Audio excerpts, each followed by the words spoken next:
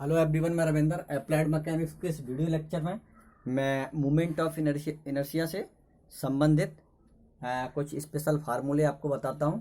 और ये फार्मूला आपको ध्यान रखना पड़ेंगे, तभी हम न्यूमेरिकल पे जंप कर पाएंगे। न्यूमेरिकल इन फार्मूलों के बगैर पॉसिबल नहीं है। और आपके सिलेबस में जो फार्मूले इनके डेरिवेशन नहीं है, डायरेक्ट आपको फार्मूला याद करने हैं। कैसे याद करने हैं वो मैं आपको ट्रिक बताऊँगा। और अगर आपको डेरिवेशन चाहिए, आपके सिलेबस में नहीं है, तो मुझे कमेंट सेक्शन में कमेंट करके पूछें तो मैं आपको डेरिवेशन प्रोवाइड करा दूंगा। लेकिन आपको फिलहाल अपने सिलेबस के अकॉर्डिंग डेरिवेशन की आवश्यकता नहीं है। और एक खास बात मैं और बता दूं कि जिन स्टूडेंटों ने सीजी चैप्टर, जो मेरा सेंटर ऑफ ग्रेविटी चैप्टर को नहीं पढ़ा है, वो इसको कभी भी सॉल्व नहीं कर पाएंगे। मोमेंट ऑफ इनर्शिया के न्यूमेरिकल वगैर सीजी के सॉल्व नहीं कर पाएंगे। तो ये यहाँ पर मेहनत आपको करना बेकार है कि जबरदस्ती आप लगे हुए हैं। पहले सीजी को कंप्लीट करें, उसके बाद इस पर जंप कर पाएंगे। एक दो क्वेश्चन तो आप बेसिक कर लेंगे, लेकिन सभी क्वेश्चन आप पे नहीं हो पाएंगे बगैर सीजी के। तो यहाँ पर मैं आपको एक फार्मूला बता रहा हूँ, ठीक है। आयताकार सेक्शन के लिए फार्मूले क्या होते हैं, ठीक है। ये मेरे पास एक आयत है, ठीक है, और इस आयत की ये वाली विड्थ बी है और इसकी हाइट मैंने डी मान ली या डेप्थ कह दी, ठीक है, नो प्रॉब्लम। ये डायमेंशन दे रखी है, एक डायमेंशन ये और एक डायमेंशन ये। अब देखिए यहाँ पर हमने ये एक अक्ष मानी है, एक्स अक्ष, जो इस आयत के सीजी से जाती है। दूसरी एक और अक्ष वाई, जो इस आयत के सीजी से जाती है। तो सीजी से जाने वाली दो अक्ष हो गई यहाँ पर, वाई अक्ष और एक्स अक्ष, ठीक। अब यहाँ पर ये जो अक्ष बी अक्ष है, बी वी अक्ष है ना, वो बाई बाई अक्ष के पैरेलल है, ठीक है। बाई बाई अक्ष के, बाई बाई अक्ष कौन सी अक्ष है, जो उसके गुरुत्व केंद्र से जाती है, और गुरुत्व केंद्र से जाने वाली अक्ष के पैरेलल लाइन ये है, यानी पैरेलल अक्ष है। एक और यहाँ पर अक्ष है ए अक्ष, है ना। ये ए अक्ष कैसी अक्ष है, एक्स एक्स अक्ष के पैरेलल, एक्स एक्स अक्ष यानी इस आयत के गुरुत्व केंद्र से जाने वाली अक्ष के समांतर ए अक्ष है। ये ए अक्ष यहाँ हो सकती है, इससे यहाँ भी हो सकती है, कहीं भी कितनी भी डिस्टेंस पर हो सकती है, वो हम न्यूमेरिकल में देखेंगे। लेकिन यहाँ पर फिलहाल आप इस शेप के लिए फार्मूले क्या बनेंगे वो यहाँ देख लीजिए, ठीक है।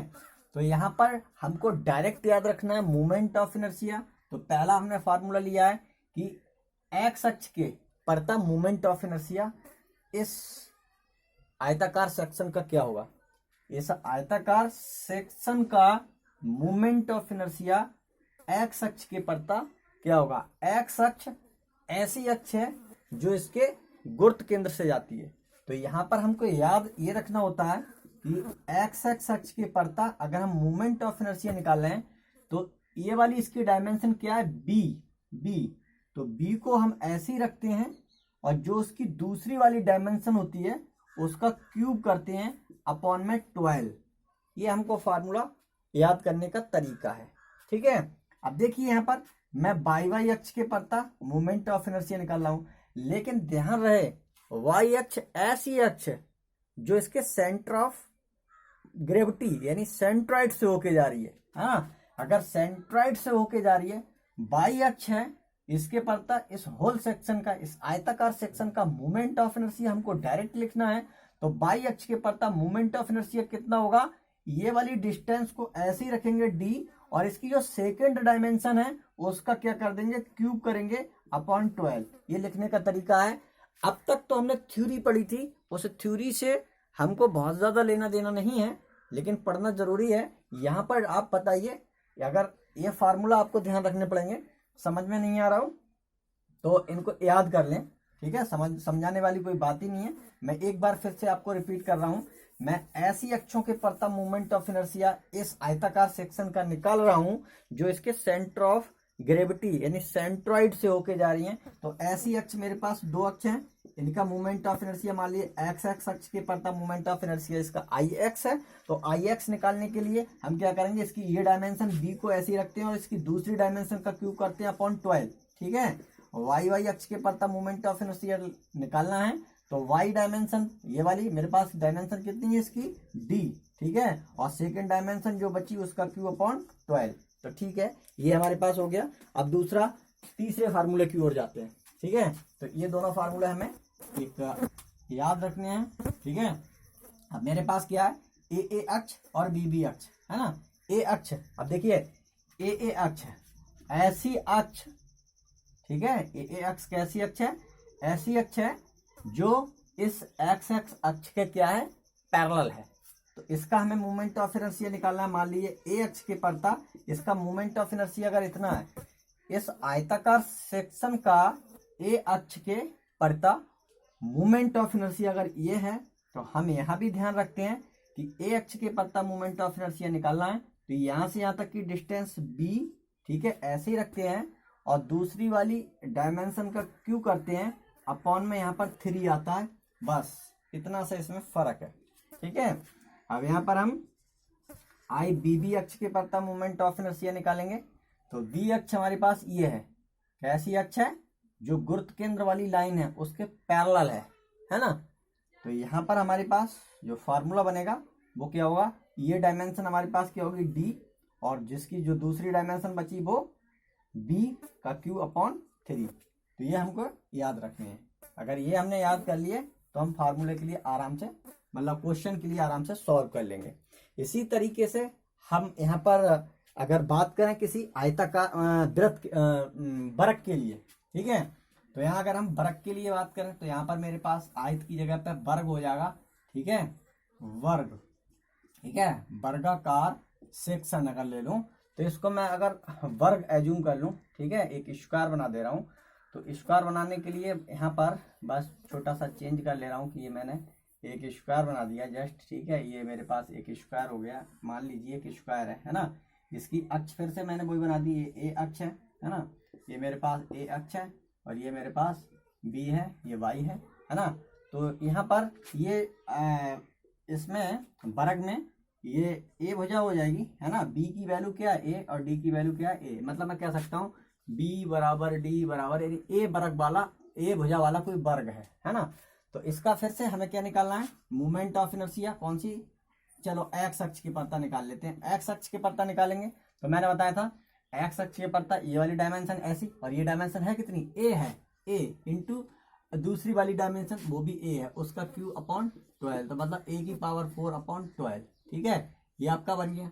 अब मैं वाई अक्ष के अबाउट निकालूं, है ना, तो ये गुरुत्व केंद्र से जाने वाली वाई अक्ष, तो ये डायमेंशन मेरे पास है क्या ए, इंटू इसकी दूसरी डायमेंशन क्या होती है ए की पावर क्यू अपॉन 12, मतलब ए की पावर 4 अपॉन 12। तो मैं कह सकता हूँ I G equal to I X X बराबर I Y Y equal to A की पावर 4 अपॉन 12, यानी गुरुत्व केंद्र से आई जी क्या है, यानी जो वर्ग है इसके गुरुत्व केंद्र से जाने वाली अक्ष है ना, चाहे वो एक्स अक्ष हो या वाई अक्ष हो, दोनों का मूवमेंट ऑफ इनर्शिया सेम रहता है। अब यहाँ पर मैं बात करूंगा ए अक्ष के पड़ता, है ना, ए अक्ष के पड़ता, तो मैंने बताया था इसको यानी ऐसे ही रखते हैं ए, और जो एनोदर दूसरी एक्सेस होती है उसका क्यू अपॉन 3, तो मतलब ए की पावर 4 अपॉन 3। ऐसे ही मैं आई बी के पड़ता निकालूं, ठीक है, तो आई बी के पड़ता मेरे पास क्या हो जाएगा, यहाँ पर बी वाली डायमेंशन ये ए ऐसे ही, और ए की पावर क्यू अपॉन 3, मतलब ए की पावर 4 अपॉन 3। तो यहाँ फिर से मैं कह सकता हूँ कि यहाँ पर मेरे पास जो है आई ए और आई बी बी दोनों हमारे पास सेम हो जाएंगे।